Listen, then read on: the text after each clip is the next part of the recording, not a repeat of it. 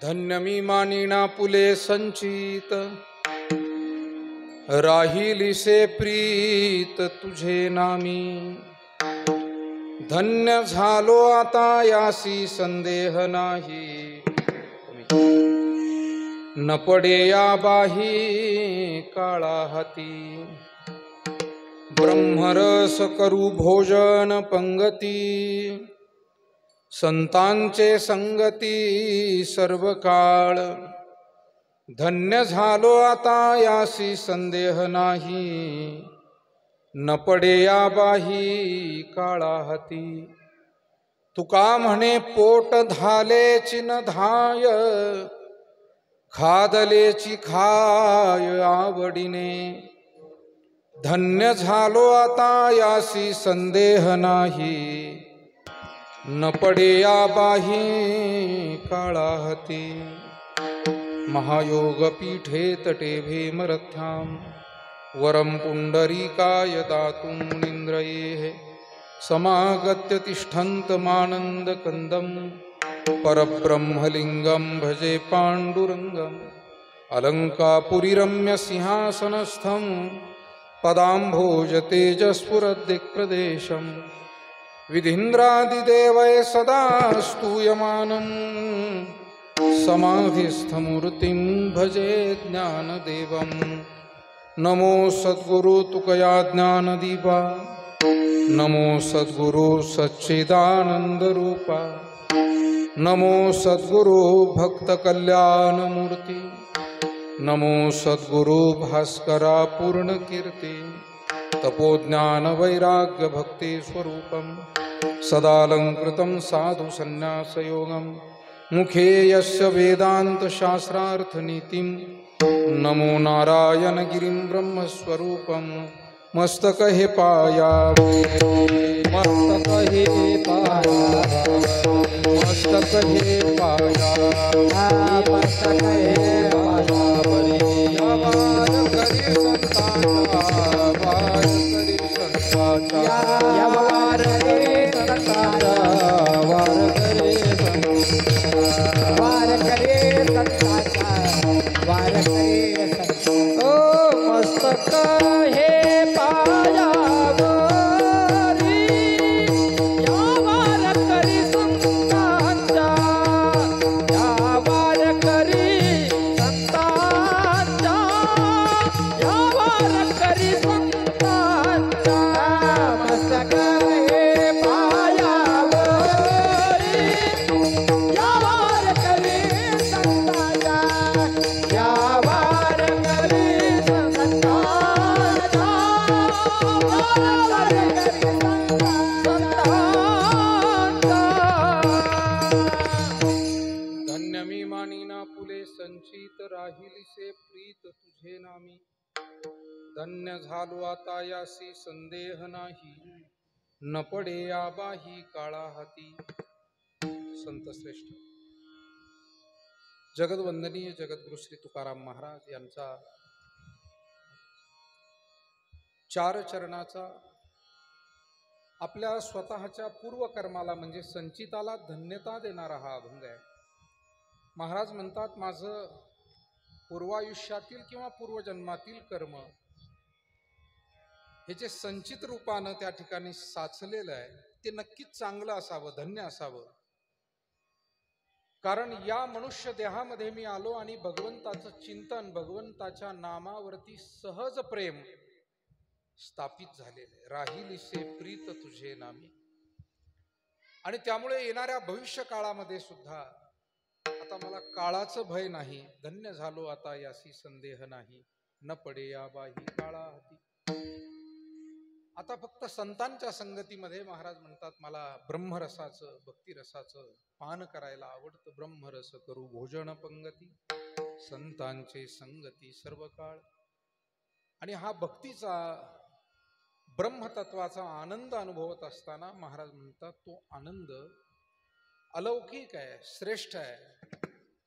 पुन्हा पुन्हा तो सेवन करत राहावा, त्या आनंदाचा अनुभव घेतच राहावा, असा अलौकिक तो आनंद असल्यामुळे तुका म्हणे पोट धालेची न धाय, खादलेची खाय आवडीने विठाला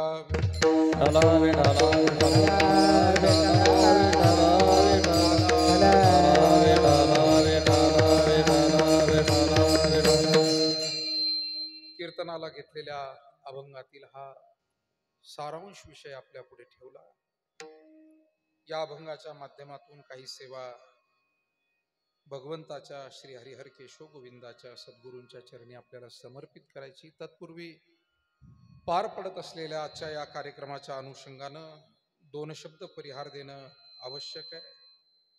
बेलापूर खुर्द येथील महाडिक पाटील परिवार आणि या परिवाराच्या मातोश्री कैलासवासी सौभाग्यवती मंगलताई जालिंदर महाडिक यांचं प्रथम पुण्यस्मरण आपल्या सर्वांच्या उपस्थितीमध्ये आज साजरं केलं जातंय.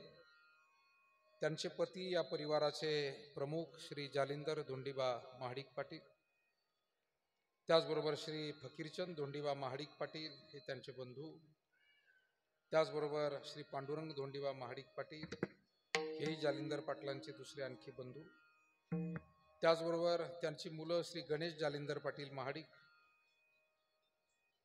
चिरंजीव योगेश जालिंदर पाटील महाडिक, संपूर्ण महाडिक पाटील परिवार, सुनबाई असतील, नातवंड असतील, या परिवाराचे आप्तेष्ट नातेवाईक, त्याचबरोबर आवर्जून मोठ्या संख्येनं उपस्थित आमची सर्व आदरणीय भजनी मंडळी, बेलापूर खुर्द भजनी मंडळ, बेलापूर बुद्रुक भजनी मंडळ, ब्राह्मणगाव, चांदेगाव या ठिकाणून आलेल्या आदरणीय सर्व भजनी मंडळी, केसापूर असेल, शंकरापूर, आंबी, दवणगाव, उक्कलगाव, देवळाली प्रवरा आणि संपूर्ण या परिसरातून वेगवेगळ्या ठिकाणाहून आलेली सर्व भजनी मंडळी, आपल्या सर्व भजनी मंडळींच्या उपस्थितीमध्ये आज हा पुण्यस्मरणाचा कार्यक्रम संपन्न होतोय. नरसाळी येथील सुद्धा आमचे सर्व भजनी मंडळी आहेत. त्याचबरोबर गायनाचार्य म्हणून आपल्याला लाभलेले आदरणीय हरिभक्तीपरायण अशोकजी महाराज निरफळ, हरिभक्तीपरायण देवीदासजी महाराज सवई, आमचे सहकारी कृष्णा महाराज मोरे, प्रसाद महाराज तरवडे, आपल्या या भागाचे आणि वारकरी संप्रदायाचे पूजनीय ज्येष्ठ मार्गदर्शक आदरणीय हरिभक्तीपरायण वीर भाऊसाहेब, जे वैकुंठवासी ब्रह्मानंद महाराज तथा बापू गुरुजींची सेवा पुढे चालवण्याचं काम मोठ्या आवडीनं करतायत. आपल्या बेलापूर खुर्द आणि हरिहर केशव गोविंद महाराज संस्थानाच्या सुद्धा सर्व सेवेमध्ये अतिशय निष्काम निष्ठुर असा सहभाग वीर भाऊसाहेबांचा असतो. मग ते दिंडी सोहळा असेल, हरिनाम सप्ताह असेल, पारायण असेल, या निमित्तानं आपल्या पंचक्रोशीतूनही सर्व मान्यवर वारकरी संप्रदायाची आदरणीय मंडळी या ठिकाणी आहेत. आंबी भजनी मंडळातील आमचे मिस्त्री असतील, भजनी मंडळातील सर्व सहकारी असतील, शिवाजी पाटील कोळसे आहेत, डुकरे पाटील आहे, जाधव पाटील आहे, त्याचबरोबर सन्मान्य भगत महाराज आणि सर्व विश्वस्त मंडळी आमची सर मगाशी भेटून गेले. तर विश्वस्त मंडळींच्या बाबतीमध्ये काय बोलावं, अतिशय आदर्श काम.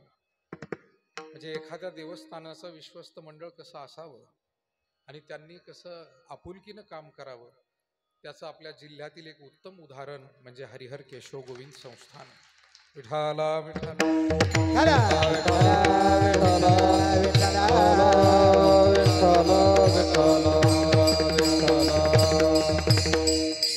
कान्हेगाव येथून आमचे सन्माननीय अर्जुन पाटील खरात, अशोकराव पाटील आणि सर्व कान्हेगावकर मंडळी आहेत.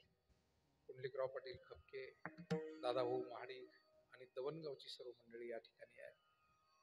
त्याचबरोबर आमचे हरिभक्तीपरायण सोनवणे महाराज, हरिभक्तीपरायण भांड पाटील आणि परिसरातील सर्व ज्येष्ठ महाडिक पाटील, सर्व भजनी मंडळी आहेत. आपण सर्वच मंडळी आज ही श्रद्धांजली, आदरांजली अर्पण करण्यासाठी या ठिकाणी उपस्थित झालोय. या मातोश्रींनी या परिवाराला अतिशय चांगल्या पद्धतीनं योगदान दिलं. जालिंदर पाटील यांना तोलामोलाची साथ दिली. आपल्या मुलांना, सुना, नातवंड यांना चांगलं सांभाळण्याचं काम केलं. आणि एकूण या परिवाराची धार्मिक आवड सुद्धा, जालिंदर पाटील असतील, कैलासवासी मंगलताई असतील किंवा त्यांचे चिरंजीव गणेश योगेश हा सगळा परिवार असेल, सुनबाई उषाताई असतील, धार्मिक आवड जपणारा हा परिवार आहे. शेती व्यवसायाबरोबर काही ना काही उद्योग व्यवसायाची त्याला जोड असावी म्हणून विघ्नहर्ता ट्रेडर्सच्या माध्यमातून आमचे प्रशांत भाऊ महाडिक मोठं चांगलं काम करतायत. त्याचबरोबर सिद्धिविनायक ट्रेडर्सच्या माध्यमातून गणेशराव महाडिक हे सुद्धा उत्तम काम करतायत. प्रशांत भाऊंकडे तर आमचं नेहमीच जाणं येणं, दुकानामध्ये आलं म्हणजे आमचा त्रास त्यांना असतोच, चहा पाणी भोजन नाश्ता, पण ते मोठं आवडीनं करतात. आणि गणेश योगेश हे बंधू सुद्धा एक चांगलं काम प्रपंचात करतात. मला वाटतं आई वडिलांना समाधान केव्हा असतं, ज्या वेळेला मुलं संस्कारित आणि कर्तबगार निघतात, त्यावेळेला आई वडिलांना त्याचं समाधान वाटतं. महाराज म्हणतात, मुलांनी कसं असावं, शांतिरूपी नव्हे कोणाचा वाईट, वाढवी महत्व वडिलांचे. आपल्या घराण्याचं, कुटुंबाचं, वाडवडिलांचं नाव जे मोठं करतील ती खरी संतती आहे. आणि मग धन्यवाद दिलेले आहेत, धन्य माता पिता तयाची. तेव्हा या मातोश्रींनी ते चांगलं काम केलेलं आहे, संस्कार देण्याचं काम केलेलं आहे. थोडंसं लवकर त्यांचं निधन झालं याचं दुःख या सगळ्याच परिवाराला, आप्तेष्ट नातेवाईक, त्यांचे माहेरची मंडळी असतील, सासरची असतील, दोन्ही बाजूचे नातेवाईक असतील, थोडं दुःखाचा भाग नक्की आहे. पण शेवटी मनुष्य कधीतरी या जगातून निरोप हा घेत असतो, त्याला जावं लागतं. लवकर गेल्यानंतर थोडं दुःख वाटणं स्वाभाविक आहे, पण तरी देखील जीवनाचं सार्थक हे लवकर किंवा उशिरा मरण्यावर नाही आहे, तर मिळालेलं जीवन कसं चांगलं जगायचं याच्यावरती जीवनाचं सार्थक अवलंबून. काळ सार्थक केला त्यांनी धरिला मनी विठ्ठल. जीवनाचा काळ सार्थकी लावता आला पाहिजे. तुका म्हणे घडी घडीने साधावी. महाराज तर म्हणतात, एक घडी एक क्षण सुद्धा वाया जाऊ नये. क्षणोक्षण हाची करावा विचार, क्षणोक्षण हाची करावा विचार, क्षणोक्षण हाची करावा विचार, क्षणोक्षण हाची करावा विचार. तरवया पार भव सिंधू, तरवया पार भव सिंधू, नाशिवंत देह नाशिवंत देह जाणार सत. तरवया पार भवतो, तरवया पार भवतो, नाशिवंत देह जाणार सत. नाशिवंत देह जाणार. ओ क्षणोक्षण हाती करावा विचार, तरवया पार भव सिंधू, तरवया पार भव सिंधू, तरवया पार भव सिंधू. क्षणोक्षण हाती करावा विचार, तरवया पार भव सिंधू, भव सिंधू तरवया पार भव सिंधू, तरवया पार भव सिंधू. महाराज म्हणतात, प्रत्येक क्षणाला आपल्याला विचारपूर्वक जगता आलं पाहिजे. अविचारात अज्ञानात जाईल तो दिवस, तो क्षण, तो काळ व्यर्थ आहे. काहीच विचार न करता मनुष्य जर उगीच कसा तरी झाला, म्हणजे काही माणसांना काही विचार नसतो. एक जण नदीमध्ये असा खडकावर बसला, थोडंफार पाणी वाहत होतं, त्या पाण्यात पाय बुडवलेले, पाय आपला हलवत होता अधूनमधून. तास झाला, 2 तास झाला, 3 तास झाले. तुमच्यासारखा शहाणा सुरता माणूस कोणी गेला, ए पोरा, अरे काही काम धाम नाही का? 2-4 तास झाले खुशाल इथं बसला. तो म्हणला, अहो तुम्हाला कळतंय का, मी पाय हलवतोय म्हणून ही नदी वाहते. काही माणसं आपल्या आयुष्याचा काळ आणि वेळ हा असा दवडतात. याला काळ घालवणं म्हणत नाही, याला दवडणं म्हणतात. हे पहा, कष्टानं अर्जित संपत्ती आपल्या जवळ असते, कष्टाची असते. शेतकरी माणसाकडला तर खूप अडचणीतून दोन पैसे त्याच्या जवळ येतात, आणि ते जर व्यर्थ घालवले तर त्याच्यामध्ये काय प्राप्ती, काय काय उगीच कुठंतरी अनाठाई गेले, जुगारात घालवले, व्यसनात घालवले, भूषणात घालवले. भूषण आणि फॅशन या गोष्टींनी माणसं सध्या मेटाकुटीला आलेली आहे. विठाला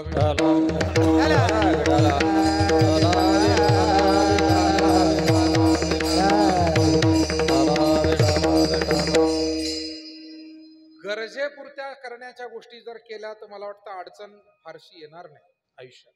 कुणी असो, गरीब असो, श्रीमंत असो, अंथरूण पाहून पाय पसरावं असे आपले वाडवडील मंडळी पूर्वी म्हणायचे. गरजेपुरते. आज गरजेपेक्षा काहीतरी अधिक, आणि भूषणासाठी, भूषण हे महागात पडत असते, त्याच्या फार फंदात पडू नये. फॅशनचा तर अतिरेकच झाला, ते काही विचारू नये. मी काल परवा एका कीर्तनात म्हणालो, आता फॅशन करणाऱ्यांना काय फॅशन करावी हा प्रश्न पडलाय. काही शिल्लकच राहिलं नाही करायला. केस कानापर्यंत घेऊन पाहिले, खांद्यापर्यंत घेऊन पाहिले. आता काय करावं, आता वर भादरीत निघाले म्हशीसारखे. अरे काय तुमचं उलटे भादरायला काय करायलाच काय शिल्लक राहिले नाही. करायचं काय आता? 80-90च्या दशकामध्ये ते हिरो असायचे ना, त्यांची केस असे खांद्यावर असायचे. उलटे भादरायला काय वागणं आहे माणसाची? ही माणसं मनोरुग्ण झालेली आहे. आणि त्याच्याही पेक्षा रोगी माणसं ते की अशा लोकांचं जे अनुकरण करतात, अशा विक्षिप्त त्या चित्रपटातल्या लोकांचं जे अनुकरण करतात, ते अधिकच विक्षिप्त. काय त्या फॅशन, कपडे लत्ते केस जरूर असावे, परंतु आपल्याला शोभल असं करा. सरळ साधी कटिंग करा, किती छान दिसेल. लेकरांना असो, माणसांना असो, सरळ साधा पॅन्ट शर्ट असेल, सूट पॅन्ट असेल, पायजामा शर्ट, टोपी असेल, धोतर असेल, सरळ साधी. आता काय करावं त्यांना सुचतच नाही. लांब घालून पाहिले, आखूड घालून पाहिले, आता मध्ये कापायला लागले. त्याला काय आता शिल्लक राहिलं नाही ना. काय फॅशन करायची काय, याच्या पुढं काय? आता फाडायला लागले. आता फाडता फाडता कुठे कुठे फाडतात देव जाणे.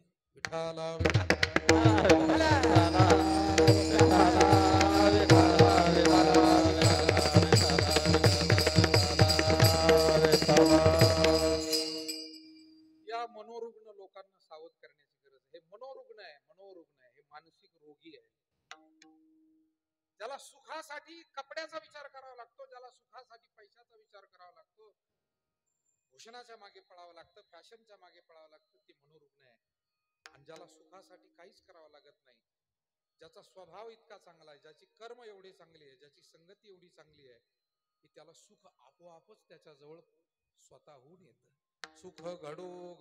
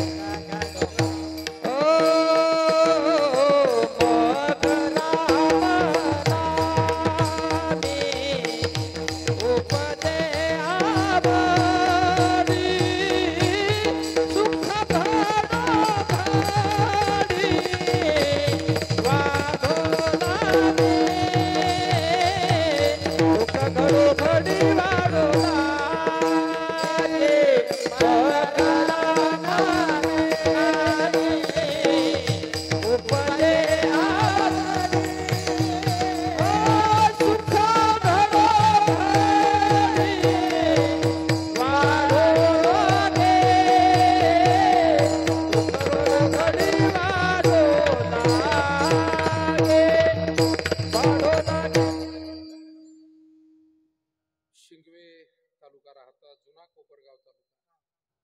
या ठिकाणाहून आमचे हरिभक्तीपरायण रामकृष्ण महाराज चौधरी अतिशय चांगले कीर्तनकार, उत्कृष्ट गायक म्हणून ज्यांची ख्याती आहे उपस्थित झाले.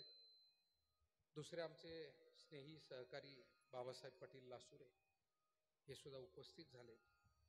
आणि ज्यांच्या सोबतीनं ते इथं आलेले आहेत, सद्गुरू नारायणगिरी महाराजांच्या सेवेमध्ये जी काही प्रमुख मंडळी आपल्या जिल्ह्यामध्ये होऊन गेली, वेगवेगळ्या सेवा ज्यांच्या द्वारा महाराजांनी करून घेतल्या, त्यामध्ये सन्माननीय काळवाघे साहेब हे सुद्धा आलेत. गंगागिरीजी महाराजांच्या नावानं भजनी मालिका छापली होती, आपल्या घरी कदाचित कोणाच्या ती पोहोचली असेल. त्याला 25-30 वर्ष झाले, 30 वर्षापूर्वीची गोष्ट आहे साहेब. आणि त्या भजनी मालिका छपाईचं, प्रिंटिंग आणि सर्व खर्चाचं काम महाराजांनी आदेश दिला आणि काळवाघे साहेबांनी ते सांभाळलं. तुका म्हणे संत सेवा हेच देवा उत्तम. संत सेवा ही देवालाही आवडते. त्यांचा व्यवसाय कोपरगावातून सुरू झाला, पुण्या मुंबईत पोहोचला आणि आज अमेरिकेपर्यंत त्यांचा व्यवसाय आहे.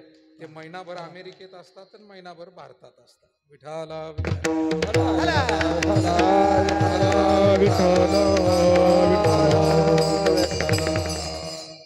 साधू सेवेत काय ताकद आहे हे अनुभवल्याशिवाय कळत नाही. पण सेवा कुचरपणानं नको.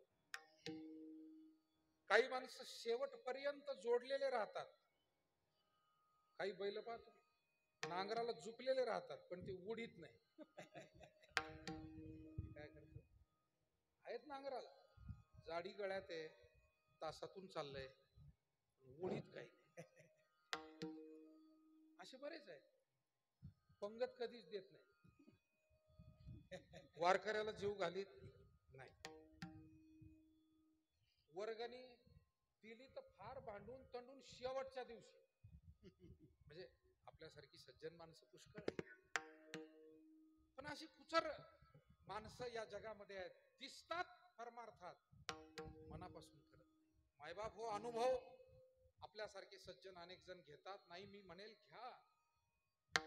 ईश्वराची सेवा, संतांची सेवा, मायबापाची सेवा मनापासून करून पहा. त्याचं एक आगळं वेगळं श्रेष्ठ फळ आपल्या पदरात पडल्याशिवाय राहत नाही. विठाला विठाला विठाला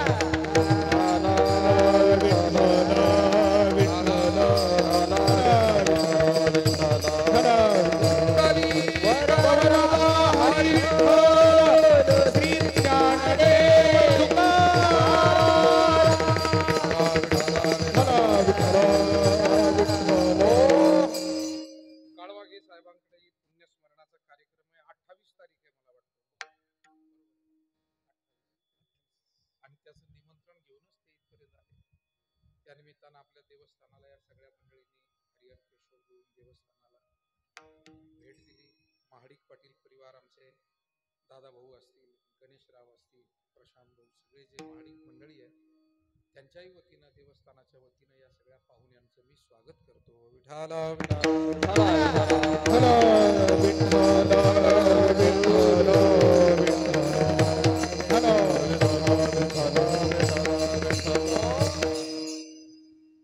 मग राम नामे उपजे आवडी, सुख घडो घडी वाढू लागे. मानवी जीवन हे सुख अनुभवण्यासाठी आहे, आणि हे सुख मनुष्य मात्राला प्राप्त करून घेता येतं. म्हणून किती जगला याला महत्व नाही.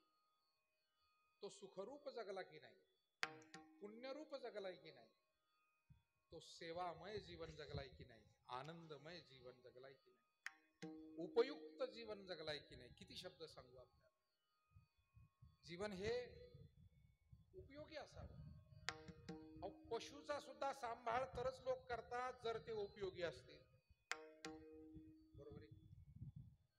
पशुचाही सांभाळ करतात, उपयोगी असावं. मला वाटतं पशुमध्ये अनेक सामान्य पशु आहे, पण तरी सुद्धा ते समाजात उपयोगाचे आहेत म्हणून सांभाळले जातात. गाईला सांभाळतात, दूध देते, तिच्यापासूनच बैल निर्माण होतं. बैलाला सांभाळतात, शेती. आता यंत्रयुगामध्ये पशूंचा सांभाळ कमी झाला, पण शेतकरी मंडळींना विनंती, आपल्या दारात 4-2 गावरान जनावरं असावीतच. गावरान गाईची सेवा आपल्याला घडावी. बैल आपल्याकडे 2 का होईना असावे. शेणखत आपल्या शेतात पडावं. येणाऱ्या काळात ही शेती सुद्धा उत्तम चांगलं पीक आपल्याला तिनं दिलं पाहिजे ना. यंत्र आपल्याला जीवन जगण्याला सहाय्यक आहेत, परंतु यंत्रावर जीवन चालू शकत नाही. भूक लागली तर अन्नच पाहिजे, ऊन लागायला लागलं तर झाडाची सावली पाहिजे, जास्त घुसमट होऊ लागली तर ऑक्सिजनच पाहिजे. त्याच्यासाठी निसर्ग पाहिजे, धरती माता चांगली पाहिजे. आणि म्हणून होईल तेवढं आपल्या प्राकृतिक तत्वांचा सांभाळ करणं ही सुद्धा आपली जबाबदारी आहे. आज आपण प्रगतीच्या नावाखाली या सगळ्या गोष्टींमध्ये खूप बदल करतोय. प्रवासामध्ये मी पाहिलं काही भागामध्ये जमीन कमी आहे, 20 गुंठे 25 गुंठे. तुम्ही डोंगरी भागात जर जाल, आपल्याकडे शेतीचे नंबर असतात, तिकडे आवण्या असतात. आवणी म्हणतात, भाताची आवणी म्हणतात. थोडंफार आपलं 4-5 गुंठ्याच असतं, 5-10 गुंठे 4-5 गुंठे फार असे तुकडे तुकडे तुकडे. परंतु तिथेही लोकांनी झाडं सांभाळलेली आहे. मला हे विशेष वाटतं.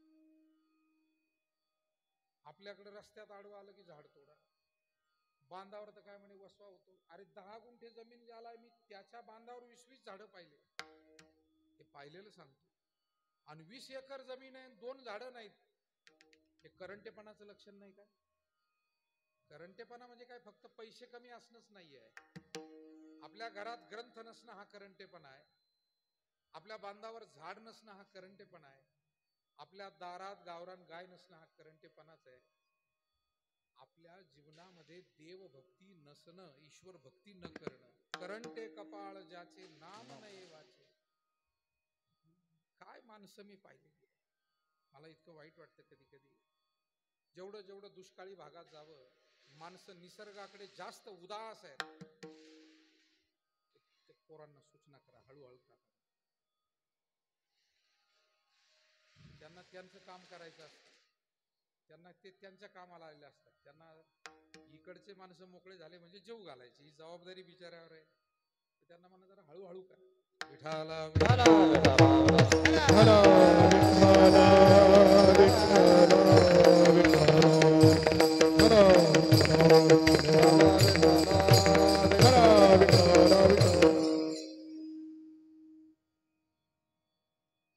दुष्काळी भागात जसं जावं. आता इथे बघा, हे आपलं देवस्थान या झाड वृक्ष वेलींमुळे कसं शोभून दिसतं.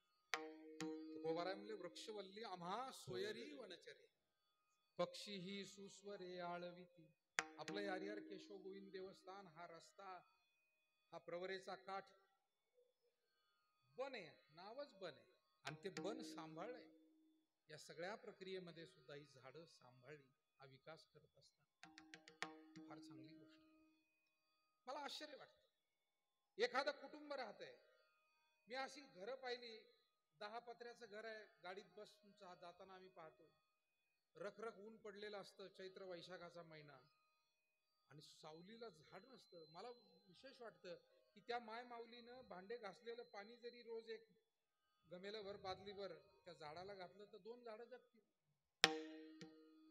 माणसं कशालाही गरिबीच्या आड लागतात. आता याला काही श्रीमंती लागते झाडं जगवायला?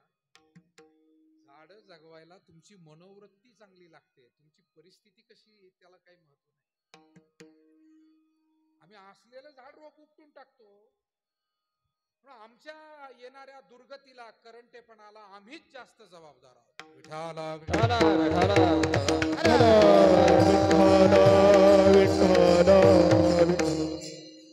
काल परवा बातमी वाचली, जपानमध्ये एक रोग आलाय आणि भयानक विषाणू आहे. तो माणसाचं मांस खातो आतल्या आत.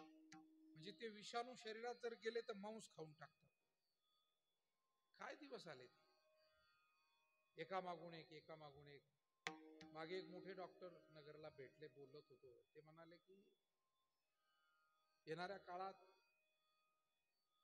हे आजार बाकीचे कमी होतील, हार्ट अटॅक सारखे वगैरे, त्याच्यावर आता अनेक संशोधनं आली, कमी होतील म्हणे. पण कोरोना सारखे विषाणूजन्य आजार, याच्यात मात्र येणाऱ्या काळात वाढ होण्याची शक्यता आहे. हे सांगत होता. जगातले जे 200 महत्वाचे डॉक्टर आहेत, त्याच्यातला एक महत्वाचा डॉक्टर आहे. जगातले महत्वाचे 200 लोक आहेत, ज्यांच्या कॉन्फरन्स जगभर चालतात, नेहमी चिंतन मंथन चालतं वेगळ्या आजारावर काय औषध असावं. त्यातला एक डॉक्टर हे बोलत होते. आणि कशामुळे आहे?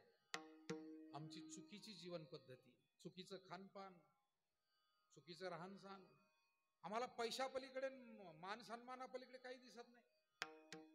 आम्हाला निसर्गाचं महत्व नाही, मायबापाचं महत्व नाही, देवाधर्माचं महत्व नाही, न्याय नीती भक्तीचं महत्व नाही.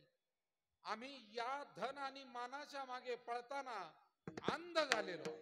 ल्यावे खावे बरे असावे सदैव, ल्यावे खावे बरे असावे सदैव, ल्यावे खावे बरे असावे सदैव, ल्यावे खावे बरे असावे सदैव.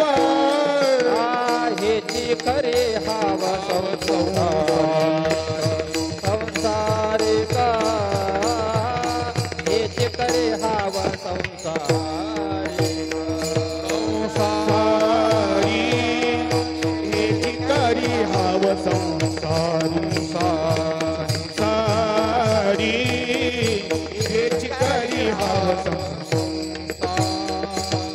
ल्यावी खावी मारे असावी सदैव, हेची करी हाव संसारी, हेची करी हाव. भावे भावे असावे सदैव, हेची खरे हावा संसारी, हेची खरे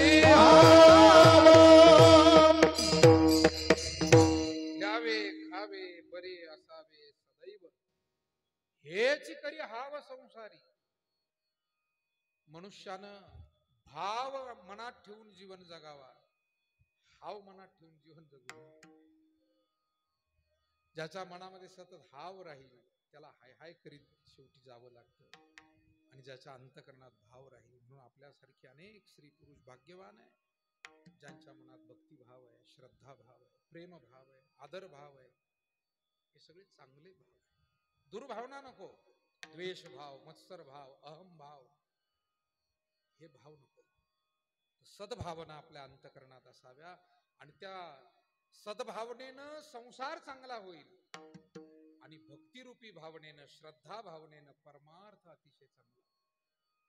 म्हणून मनुष्य किती जगला याला महत्व नाही, तो कोणत्या भावना घेऊन जगला, तो कोणतं कार्य करत जगला, तो कोणत्या विचारानं जगला, त्याला फार महत्व. मला वाटतं अभिमन्यू लवकर गेला, तरुणपणात गेला, नुकतंच लग्न झालेलं, त्याची पत्नी गर्भवती आहे. तो जेव्हा रणांगणावर गेला, पत्नी गर्भवती आहे काही महिन्यांची. कौरव पांडव युद्ध छेडलं गेलं, युद्ध मिटवण्याचा प्रयत्न झाला, परंतु विनाशकाले विपरीत बुद्धी, आणि त्यामुळे युद्ध काही मिटू शकलं नाही. दुर्योधन युद्ध मिटवायला तयारच नव्हता. कौरव पांडव युद्ध सुरू झालं, दोन्ही बाजूची प्रचंड हानी झाली. त्यामध्ये एके दिवशी युद्ध सुरू असताना चक्रव्यूहात्मक सैन्याची रचना केली. चक्रव्यूहाची रचना म्हणजे सैन्याची चक्रव्यूहात्मक केलेली रचना. आणि ते चक्रव्यूह भेदन करण्याचं ज्ञान कोणा एखाद्या धनुर्धराला असायचं, ते अर्जुनाला होतं. पण अर्जुन हा दुसरीकडे युद्ध करण्यामध्ये गुंतवला. याला राजकारण म्हणतात. डावपेच जे असतात ते अशा पद्धतीनेच केले जातात. अर्जुनाला चक्रव्यूह भेदन करता येतंय, पण त्याला गुंतवून ठेवायचा आणि मग जो कोणी इथे चक्रव्यूहात येईल त्याला गाठून मारायचं. दुर्दैवानं अभिमन्यू म्हणाला, मला चक्रव्यूहात जाता येतं. आपण सगळी साधू संतांचं श्रवण केलेली आदरणीय मंडळी माझ्या पुढे आहात, मला खात्री आहे आपण ऐकलेलं आहे. सुभद्रा अभिमन्यूची माता, श्रीकृष्णाची बहीण, अर्जुनाची पत्नी माहेरी गेलेली आहे आणि श्रीकृष्ण आणि सुभद्रा बहीण भावाची चर्चा चाललेली आहे. जुन्या काळामध्ये पाहुणे रावळे भेटले तर चर्चा करत होते, कारण ते भाग्यवान लोक होते. त्यावेळेला फेसबुक नव्हतं, त्यावेळेला व्हॉट्सअप नव्हतं, इंस्टाग्राम नव्हतं. ग्राम समृद्ध होतं पण इंस्टाग्राम नव्हतं. विठाला विठाला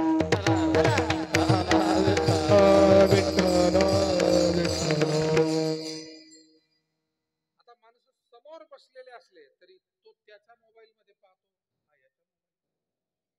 बहीण भाऊ इतक्या दिवसानं भेटले, एखाद्या श्राद्धात, दहाव्यात, लग्नात, हे यांच्या याच्यात मग्न, ते त्यांच्या याच्यात. 2 वर्षापूर्वी अकोले तालुक्यात आपल्या घटना घडली. कुठून फिरायला लोक आले भंडारदरा परिसर पाहण्यासाठी. मुलीलाच विसरून आले, तसेच गाडीत बसले. या नादात, मोबाईलच्या नादात आया लेकर विसरायला लागल्या.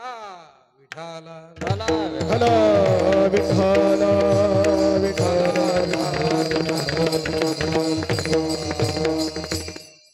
आता लेकरांची ही तर आहे, बाकीच्यांचं बोलायलाच नको. काय परिस्थिती. सगळेजण असं वागतात असा माझा काही हेतू नाही बोलण्याचा, पण हे सुरू झालंय. काही माणसं त्याचे ऍडिक्ट झाले, लहान मुलं असतील, मोठी माणसं असतील, ऍडिक्ट झाले. त्याच्या वाचून ते क्षणभर राहू शकत नाही. कैक माणसं मी पाहिले, कीर्तनात उभे असले तरी कमीत कमी 10 वेळा तरी तो मोबाईल काढून पाहतात.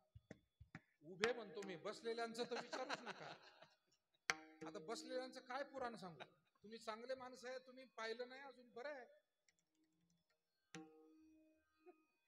कारण ते इतकं हे झालेलं आहे की ते सवयीचं झालं. ते नसेल तर माणसाला अस्वस्थ होतं. मला वाटतं त्याचा कधीतरी विसर पडला पाहिजे. काम पडेल तेव्हा ध्यान आलं तर फार चांगलं. कामाच्या वेळी जरूर त्याचा चांगला वापर करा. सकाळी उठल्यावर काकड आरती ऐका, सायंकाळी रामरक्षा त्याच्यावरती लावा, हनुमान चालीसा लावा, बातम्या ऐका योग्य वेळी, जरूर चांगला वापर. पण माणसं समोर सोन्यासारखी माणसं असताना उगीच माकडासारखं ते कानालाच लावायचं किंवा पाहतच बसायचं, याच्यानं कोणी मोठं समजत नाही. याच्यानं त्याला माणसातून गेलेला समजतात. जो मोबाईल पाहिजे चांगल्या माणसातून उठून इकडं पळ तिकडं पळ हे जे उद्योग करतो, काय होणार आहे 5 मिनिटांनी नंतर करू. मोबाईल नव्हते तर माणसं जगत नव्हते का. आणि म्हणून कोणता भाव घेऊन आपण जगायचं, जीवनामध्ये किती जगलो याला महत्व नाही.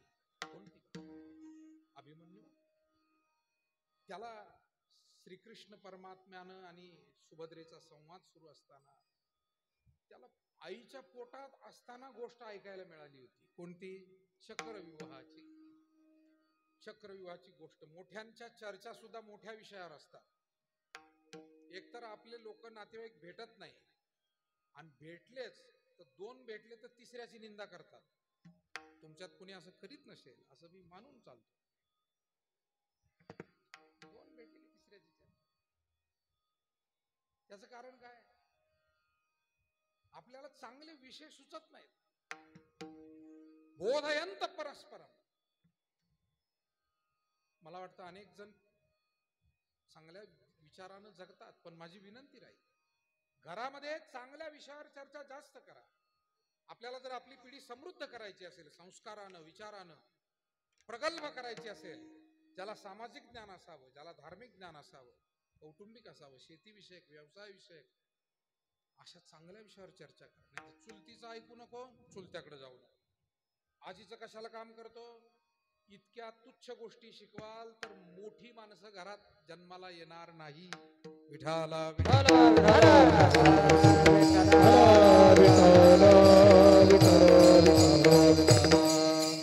फारच तुच्छ विचार झाले, आणि याच्या पलीकडे गेला तर पिढी घडेल. छत्रपती शिवाजी महाराज घडले म्हणजे जिजाऊंनी रामायण सांगितलं, महाभारत सांगितलं. जगातल्या आणि गावातल्या स्त्रियांचा सांभाळ करायचा आहे शिवबा तुला, छळ होतोय त्यांचा.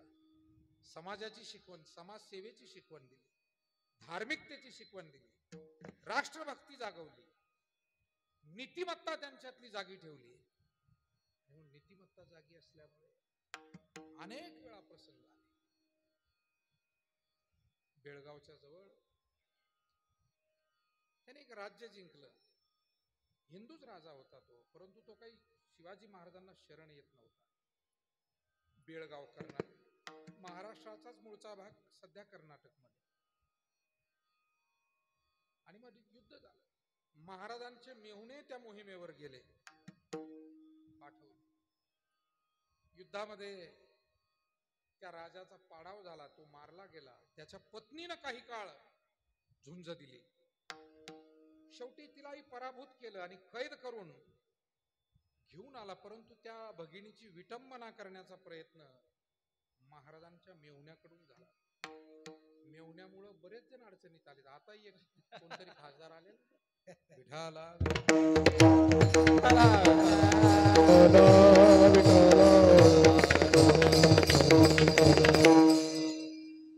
मेहुणे पाहुणे पाहुणे पण सांभाळावं, मेहुणे पण सांभाळावं. परंतु नीती आणि जे नियम आहेत, शासनाचे नियम असतील, जगण्याचे नियम असतील, त्याला कुठे बाधा येणार नाही याची काळजी घ्या.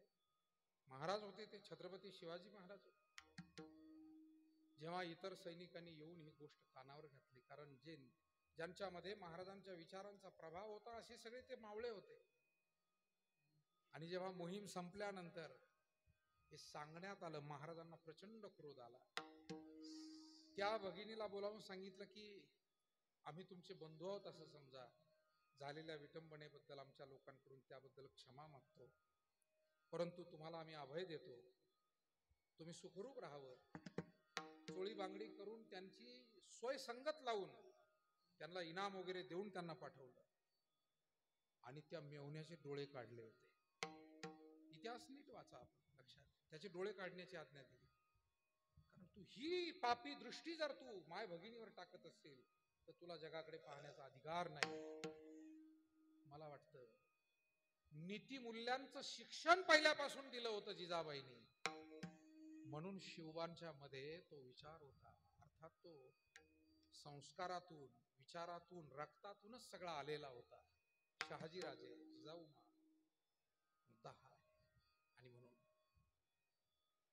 जीवन किती जगतोय याला महत्व नाही, कसं जगतोय याला. अभिमन्यूनं युद्ध केलं कारण त्यानं ऐकलेलं होतं चक्रव्यूहात कसं जायचं, पण बाहेर कसं यायचं हे सांगायला लागले श्रीकृष्ण सुभद्रेला. आणि सुभद्रेला झोप लागली. चांगल्या वेळेला झोपा घेऊ नये. पेरणीचे दिवस आहे, झोपा काढायच्या म्हटल्यावर काय. गिरायक आलं, दुकानदार एका खुर्चीत बसला आणि दुसऱ्या खुर्चीत पाय ठेवले नाही, डुर्र घोरत बसला. लक्ष्मी नाही येणार त्याच्या दुकानात, अवदासा येईल, अवदासा. जो गिरायकाकडं आणि गल्ल्याकडं पाय करून, म्हणून असे उन्मत्त लोकही आपण नजरेनं पाहतो, तिथे लक्ष्मी येत नाही. व्यापारी असो की शेतकरी असो, कोणी माणूस असो, उन्मत्तपणा नको, संस्कारीपणा. आणि म्हणून झोपा काढू नये. सुभद्रेला झोप लागली. देव सांगतायत चक्रव्यूहात कसं जायचं, म्हणून कीर्तनात सुद्धा झोपू नये. पण ती कीर्तनात कधी कधी आल्याशिवाय राहत नाही. दिवसाचं द्या सोडून, पण संध्याकाळच्या कीर्तनाची मोठी अवघड गोष्ट. म्हणून आम्ही सगळ्या लोकांनी विचार करून 2 तास कीर्तन अलीकडे आणलंय. आता हल्ली 9 ते 11 होतं, ते 7 ते 9 केलं. कारण त्याची झोप. असं म्हणतात की कुंभकर्ण मारला राम रावण युद्धामध्ये, आणि त्याची पत्नी ही निद्रा देवी, ती रामाकडे आली आणि तिने सांगितलं आता मला विधवा केलं, मी कुठं जाऊ. राम म्हणाले तुला काय आवडतं. तिने सांगितलं प्रभू मी जरी कुंभकर्णाची बायको असली, एका राक्षसाची, पण मी धार्मिक आहे. मला ती निद्रा देवी म्हणते, बरं ऐका ऐका, ती निद्रा देवी म्हणते मला तमाशा आवडत नाही, मला लावणी आवडत नाही, मला कीर्तन आवडतं, भजन आवडतं, फक्त तिथं जाण्याची आज्ञा द्या. राम म्हणाले काही हरकत नाही. आणि तेव्हापासून कीर्तनातले लोक डुकल्या घ्यायला लागले.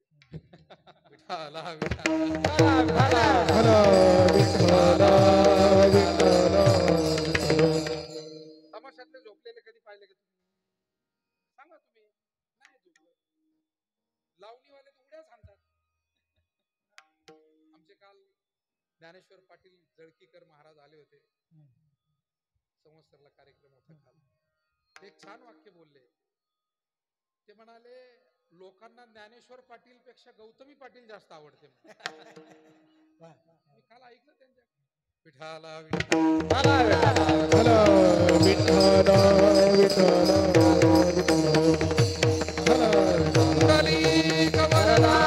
हरी विठ्ठल देव तुकाराम. अभिमन्यू कच्चा राहिला झोपल्यामुळे आणि त्या युद्धात जेव्हा गेला तेव्हा जयद्रथादी वीरांनी गाठून त्याला मारलं. तरुण वयामध्ये एक अत्यंत गुणवान शूर वीर पराक्रमी हा प्रति नवार्जुन ज्याचं वर्णन माऊलीने करावं की अरे हा अर्जुनच आहे दुसरा. बाप से बेटा सवई इतका सद्गुणी मुलगा इतका तेजोमय. पण त्याला जावं लागलं. पण मला सांगायचं हे आहे लवकर गेलेला असला तरी त्याची कीर्ती काही कमी झाली नाही. त्याची कीर्ती मात्र आजही तितकीच टिकून आहे. अभिमन्यूची गोष्ट सुद्धा तितक्याच श्रद्धेनं आवडीनं लोक ऐकतात आणि सांगतात, त्याच्यापासून प्रेरणा घेतात. आई वडिलांच्या संकटामध्ये मुलांनी कसं उभं राहावं. नाही तर आई वडील कष्ट करतात, मुलं व्यसन करीत फिरतात. मला असं वाटतं अशा माणसांनी स्वतःच्याच तोंडात स्वतः मारून घ्यायला पाहिजे. आपण काय करतो हे विठाला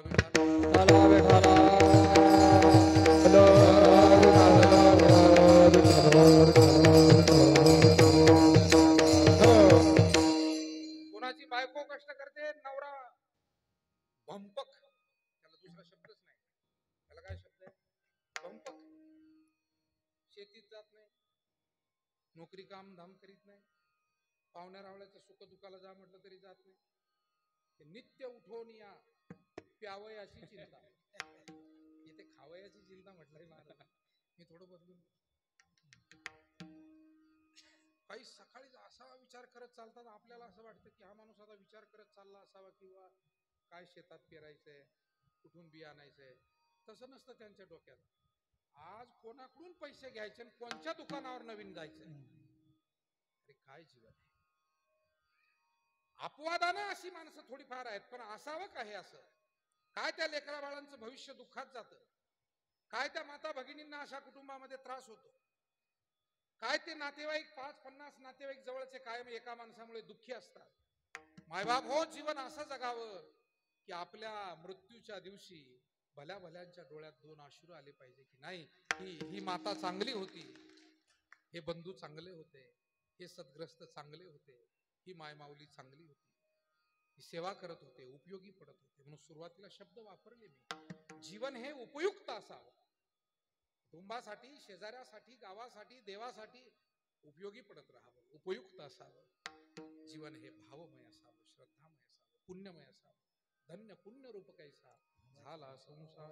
तुकोबारा स्वतःच्या जीवनाला, संचिताला धन्यता देतात.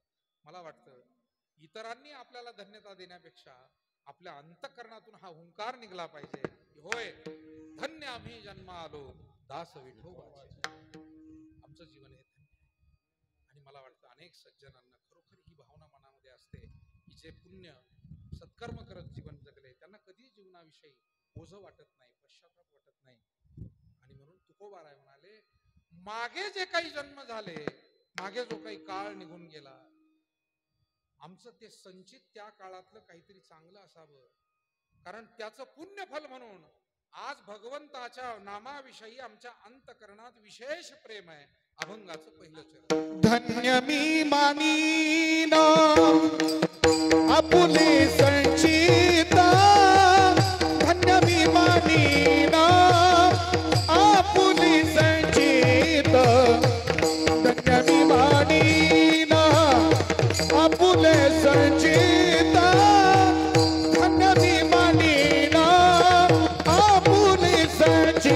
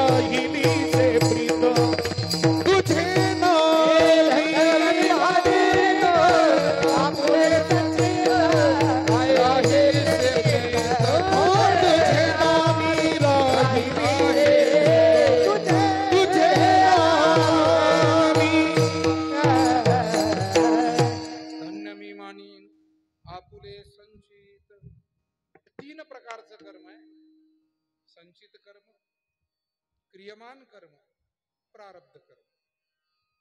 क्रियमान कर्म म्हणजे जे वर्तमान काळात आपण करत असतो त्याला क्रियमान कर्म. म्हणजे आपण आता या ठिकाणी महाडिक पाटील परिवाराच्या या मातोश्रींचं पुण्यस्मरण सुरू आहे आणि कीर्तनाची सेवा सर्वजण मिळून करतोय. म्हणजे हे आपलं सध्याचं क्रियमान कर्म.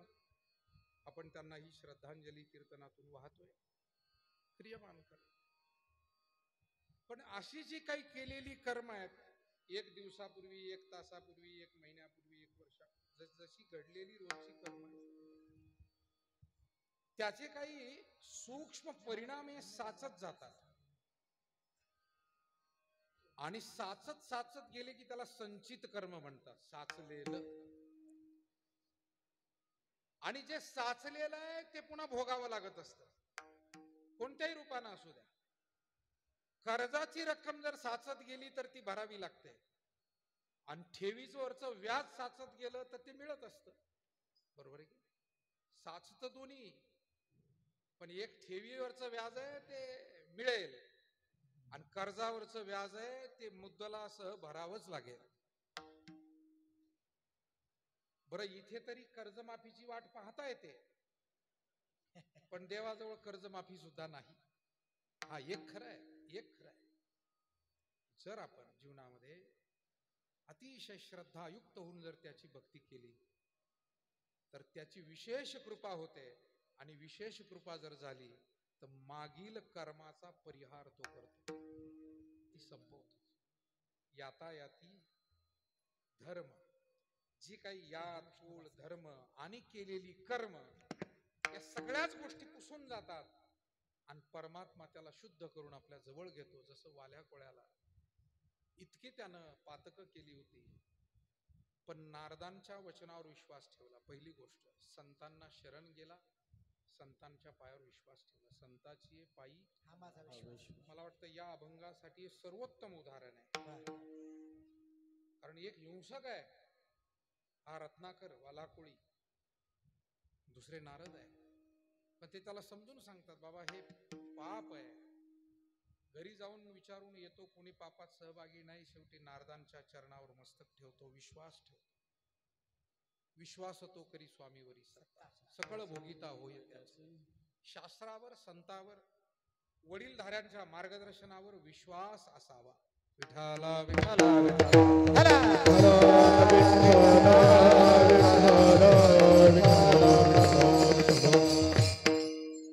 आजोबा नातू चालले रस्त्यात. नातू म्हणला, आजोबा हे शेंदड आहे म्हणे, पिकलेलं घेऊन येतो. कुठे? आजोबाला जरा कमी दिसत होतं, अंधुक दिसत होतं, म्हातार वय झालेलं.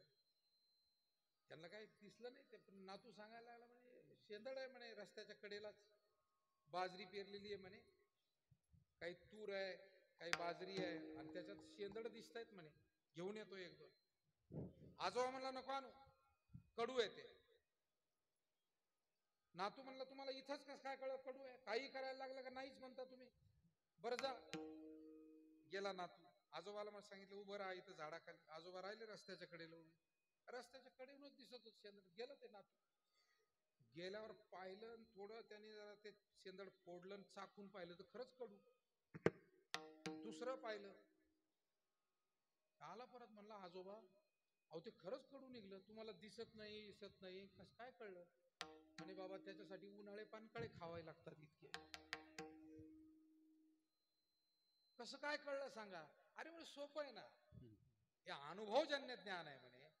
जी वस्तू पिकलेली आणि रस्त्यावरून दिसते तरी ती कोणी तोडली नाही, म्हणजेच ती वेल कडू आहे. नाही तर पिकलेलं पिवळं धमुक शेंदड कोणी ठेवील का म्हणे? आपल्या आधी काय कमी माणसं गेले का इथून? सोपं गणित आहे. पिकूस तोपर्यंत त्याला ठेवलंय, याचा अर्थ जाणारा येणारांनी ते चाखून पाहिलेलं आहे. तुका म्हणे चाखून सांग.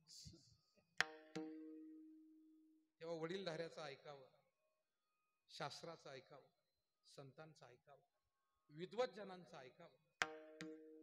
त्या वालाकोळ्यानं ऐकलं आणि जीवन परिवर्तन झालं. नारद म्हणाले, तू भजन कर गड्या, एवढं पाप केलंय महाराज, मी कोणतं साधन करू, कोणतं तप करू? म्हणाले नामस्मरण हेच सर्वश्रेष्ठ साधन आहे. साधन नाही, साधनाचं सार आहे. सर्व साधनाचे सारा सर्व साधनाचे सार सर्व साधनाचे सार सर्व साधनाचे सार भवाचे तू तरी पारा भवाचे तू तरी पारा सर्व साधनाचे सार सर्व साधनाचे सार भवसिंधू तरी भवसिंधू तरी पारा सर्व साधनाचे सार सर्व साधनाचे सार नामस्मरण कर वाल्मिका. म्हणता येत नव्हतं, देवाचं नाव घेता येत नव्हतं, सवय नव्हती. सवय होईपर्यंत टाळ वाजवायला सुद्धा आपल्याला थोडा प्रयास करावा लागतो. मग हळूहळू सवय होते. भजन म्हणणं, पारायणाला बसणं थोडी सवयच असावी लागते. सवय नाही, थोडा त्रास वाटतो. पण या मनाचे एक निकेते देखील या ठाया सुखे, म्हणून या अनुभव सुखची कौतुके दावी तुझा. लांचावले मन लागली से गोडी, ते जीवे न सोडी. आपल्या सगळ्यांना हा अनुभवच आहे की हळूहळू एकदा गोडी लागली त्या पारायणाची, भजनाची, तीर्थयात्रेची, वारीची, की मन अंतःकरण मग तिथे एकरूप होऊन जातं. मग तो त्रास होत नाही. त्रास कधी होतो मायबाप हो, ज्या गोष्टीमध्ये आपलं मन बुद्धीच आपल्या विरोधात असते ना, त्यावेळेला त्रास जास्त होतो. हे मानसशास्त्र आहे, सायकोलॉजी. जे काम करण्यामध्ये तुमचं मन धजावत नाही. बघा, पाहुणे जर मनासारखे आवडीचे आले तर घरातल्या माता भगिनींना सुद्धा स्वयंपाक करायला त्रास होत नाही. पण मनाविरुद्ध असले तर ते कुठले काय मी म्हणत नाही, कोणाचे, नवऱ्याकडचे का नवरीकडचे ते नाही म्हणत मी, ते तुम्हाला माहिती आहे सगळं. पण पाहुणे मनाविरुद्ध आले, यांना आजच यायचं होतं का? बाहेर यांना पुरणपोळी गोड लागते, पण मध्ये बऱ्याच चर्चा चालू असतात. त्या महाराजांना काय आजच यायचं होतं? महाराजाला नसतील म्हणत, असं मनामध्ये ठेवून मी चालतो. विनोदाचा भाग सोडा, मानसशास्त्र आहे. काम आवडीचं जर असेल, एखाद्या तरुणाला म्हटलं चाल आपल्याला कीर्तनाला जायचं, त्याला आवड जर असेल, आनंदानं, त्याला काही वाटत नाही त्या प्रवासाचं, जाण्या येण्याचं, जागृतीचं. पण जर आवड नसेल, तो म्हणतो विनाकारण येऊन फसलो बुवा यांच्याबरोबर, त्याला ते त्रास वाटतो. म्हणून जो जेथीचे गौरव नेने तयासी ते भिंगुळवाने, हा अप्रसंगू तेने म्हणावा की विठाला हला विठ्ठला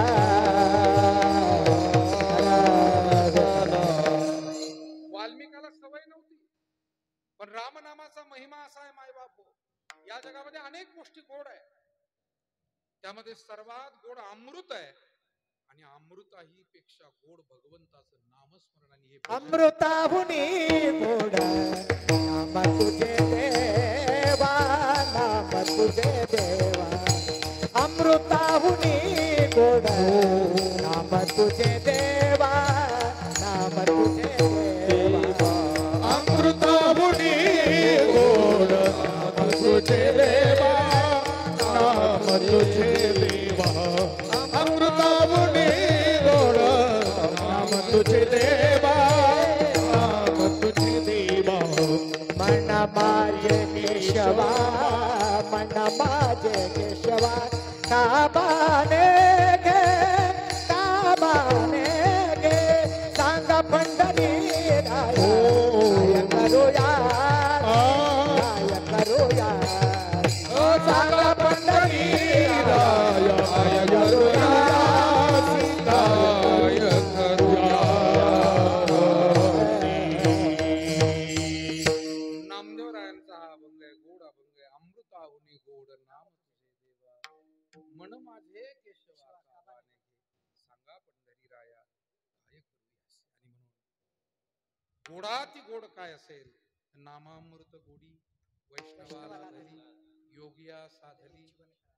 माऊलींनी योग्याला समाधीत मिळणारा आनंद आणि वारकऱ्याला, भजनी माणसाला नामस्मरणात मिळणारा आनंद, दोहोंची तुलना केली बरं इथे.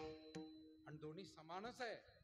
किंबहुना प्रसंगी ही नाम समाधी त्या अष्टांग योगाच्या समाधीपेक्षाही श्रेष्ठ आहे असं तुकोबाराही सांगून महाराज म्हणतात, गायनाचे रंगी शक्ती अद्भुत ते आणखी येतो देणे तुमचे देवा. समाधीचे सुख सांगावो समाधीचे सुख समाधीचे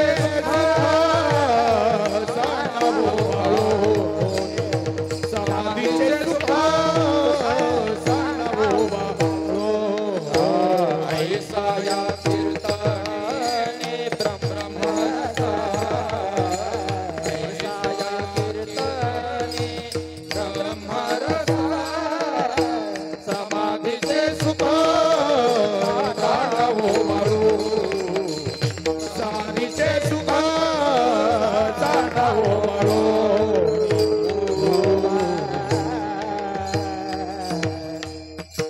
अतिशय गोड समर्पक हे प्रमाण सोपेवर मामा सांगितले संती, टाळ दिंडी हाती घेऊन नाचा समाधीचे सुख सांडावो वाळूनी ऐसा या कीर्तनी ब्रह्मरस. हा कीर्तनातला ब्रह्मरस आहे, गोड आहे. आणि असं गोडाती गोड असलेलं भगवन नाम फक्त गोडी लागेपर्यंतच आहे. एखादी वस्तू किती गोड असेल पण त्याची गोडी लागावी लागते. माऊली म्हणाले, पाहे पा दूध पवित्र आणि गोड, पासी त्वचेची या पदरा आड, परिते अव्हेरुनी गोचिड अशुद्ध काय नेगती. दूध पवित्र आहे, पौष्टिक आहे आणि गोडही आहे, पण तरी काही जण म्हणतात त्यांना दुधाचा वास येतो. असतात एक मनात बसलेलं असतं ते, असं दुधाचा वास वगैरे येतो असं काही नाही. ते म्हणतात दूध आम्हाला चालत नाही. मग दूध पवित्र आहे, गोड आहे, दुधातला सर्व काही घटक महत्वाचा आहे. त्यातलं तूप असेल, ताक असेल, दही असेल, लोणी असेल, प्रत्येक गोष्ट महत्वाची. तरी म्हणतो दूध चालत नाही. दुधाची चवही चांगली आहे, काही अडचण नाही. संध्याकाळी तो कडू पितो पण सवयीमुळे त्याला ते गोड लागतं. आणि पाहुण्याकडे गेल्यावर दूध घ्या, दूध नाही घेता. दूध म्हणजे जसं विषच आहे. आणि म्हणून सांगण्याचा भाग असा आहे, सवयीचा भाग आहे. गोड गोष्ट सुद्धा कधी कधी आम्हाला सवय नसेल तर कडू लागते. हा आमचा दोष आहे, त्या वस्तूचा दोष नाही.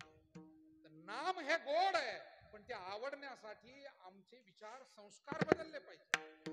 वाल्या कोळ्यालाही सुरुवातीला नाही जमलं, पण विश्वास ठेवला, त्यानं धीर धरला, मनाला गोडी लागेपर्यंत. आणि मी आपल्याला सांगू, परमार्थ हा फक्त मनाला गोडी लागेपर्यंतच अवघड आहे. शाळा सुरू झाल्या आता, मुलांना शाळेत नेऊन घालणं हे पहिलं 1 महिनाभरच अवघड आहे, बरोबर आहे की नाही? नंतर त्यांना ती एकदा गोडी लागली, मित्रमंडळ, मग ते एकत्र जेवतात, खेळतात. त्यांच्या शिक्षिका शिक्षक त्यांना वेगवेगळे त्यांना काही उपक्रम करायला लावतात, ते रमवून जातात.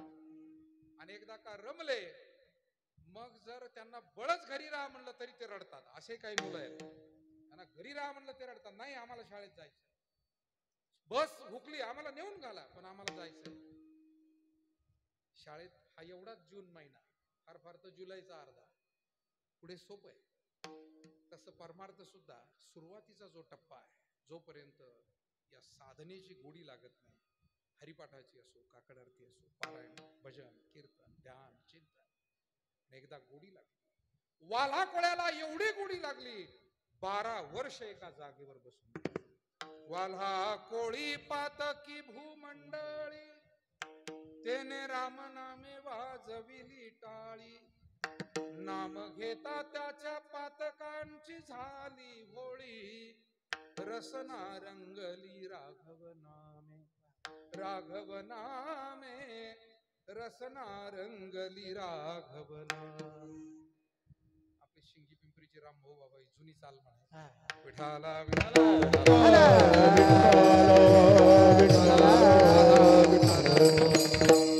अनेक जुनी माणसं आपल्यातून निघून गेली, पण त्यांच्या काही ना काही आठवणी नाही, त्यांच्याकडून काही ना काही घेतलेलं आपल्या जवळ आहे. आपण मानतो का न मानतो आपल्यावर आहे. आता आपण किती प्रामाणिक आहोत हे ज्याचं त्यानं ठरवावं. आईपासून मला काय मिळालं, वडिलापासून काय मिळालं, समाजापासून काय, नातेवाईकांपासून, शेजाऱ्यांपासून, गुरूंपासून, निसर्गापासून, ईश्वरापासून. खर तर आपण आयुष्यभराचे याचक आहोत, तरी दाता म्हणून आपण स्वतःला मिरवतो. विठाला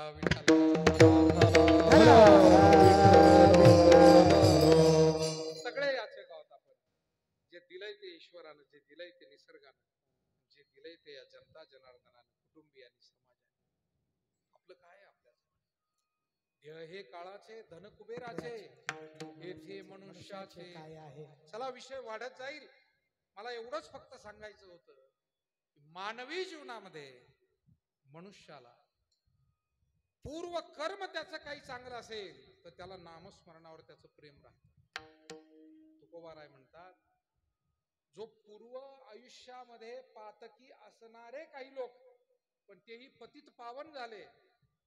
आम्ही तर मागेही अनेक जन्मामध्ये हेच करत आलो. मागे बहुता जन्म भवतापश्रम. मग जे पूर्वायुष्यात हिंसक मार्गाला होते तेही जर भाग्यवान ठरले, तर जे पूर्वायुष्यातही भक्त होते, वर्तमानातही भक्त आहे, त्यांना भविष्याची चिंता कशी, आणि ती भविष्याची चिंता नाही, हे अभंगाच्या दुसऱ्या चरणाचा. धन्य झालो आता यशी संदेह, धन्य झालो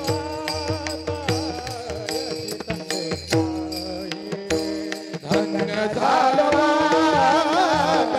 याची संदेह नाही, धन्य झालो याची संदेह नाही. न पडे बाबाई काळा हाती, काळा हाती, काळा हाती, धन्य झालो याची संदेह नाही, धन्य झालो याची संदेह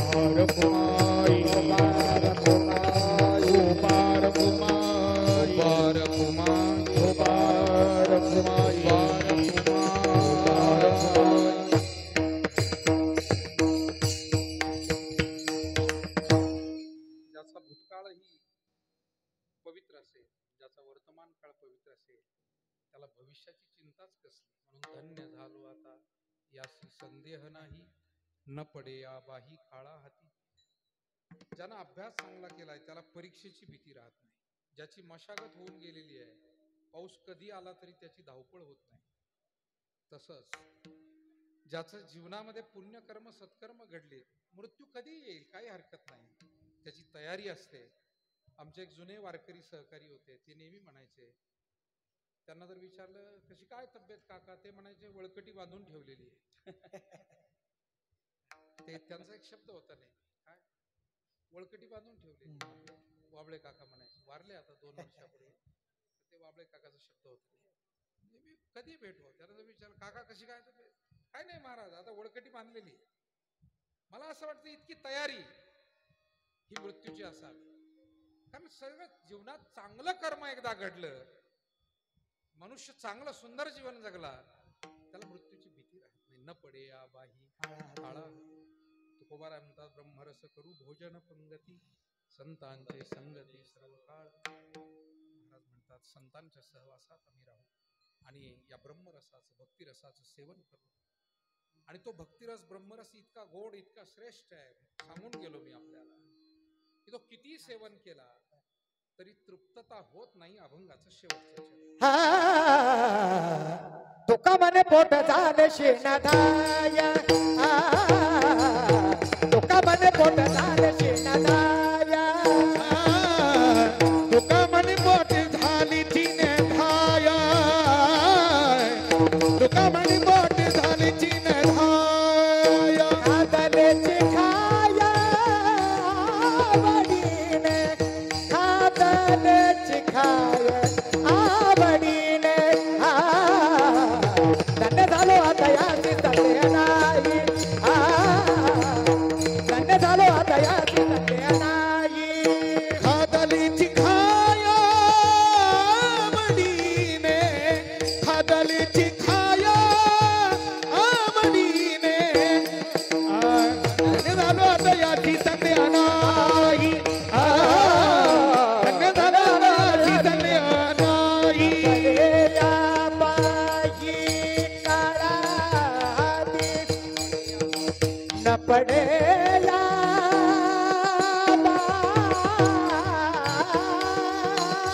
वा न पडेया बाई काळाती, न पडेया बाई काळा.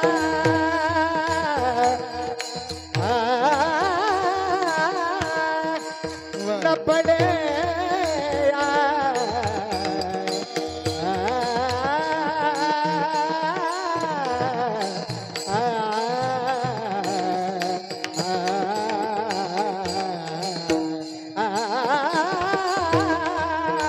न पडे न पडी जा बाई काळा हाती.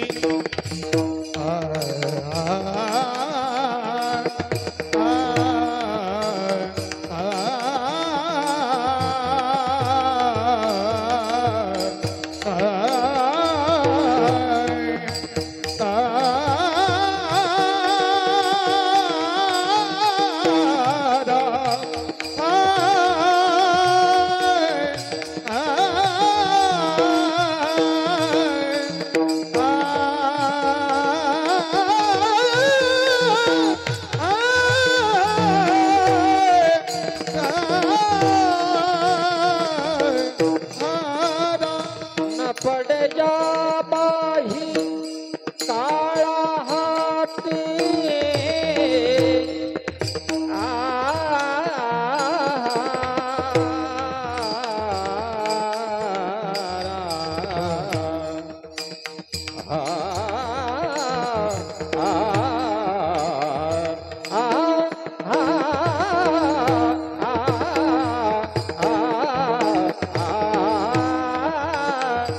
न पडेया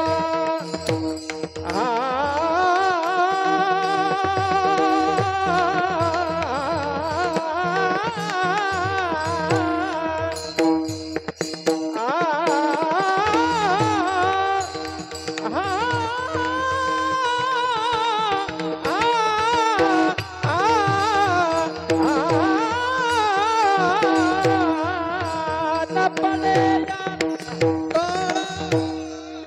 न पडे बाही काळा हाती.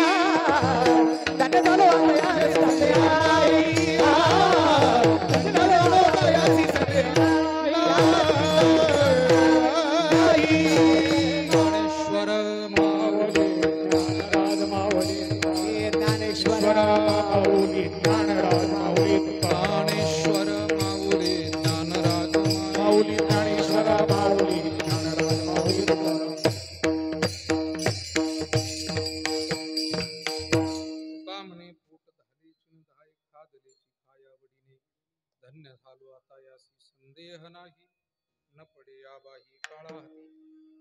या अभंगातील जो विचार तुकोबारांनी मांडला त्याप्रमाणेच